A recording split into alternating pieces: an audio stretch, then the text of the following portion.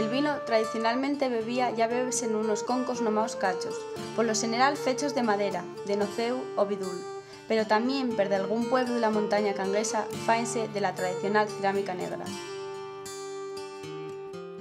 Del mesmo cacho beben delles personas, polo que el seu uso quedaba nada más para los familiares y amigos más cercanos, siendo un sincero reconocimiento al convidado el de sai beber del cacho la casa. Por otro lado, la cerámica negra está considerada un símbolo de la cultura y tradición asturiana, siendo una de las últimas profesiones artesanales que perduran en estos días.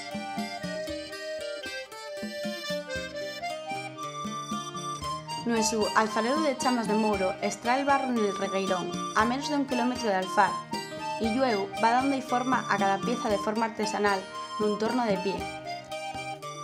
El misterio del collor escóndese en el original forno de lleña.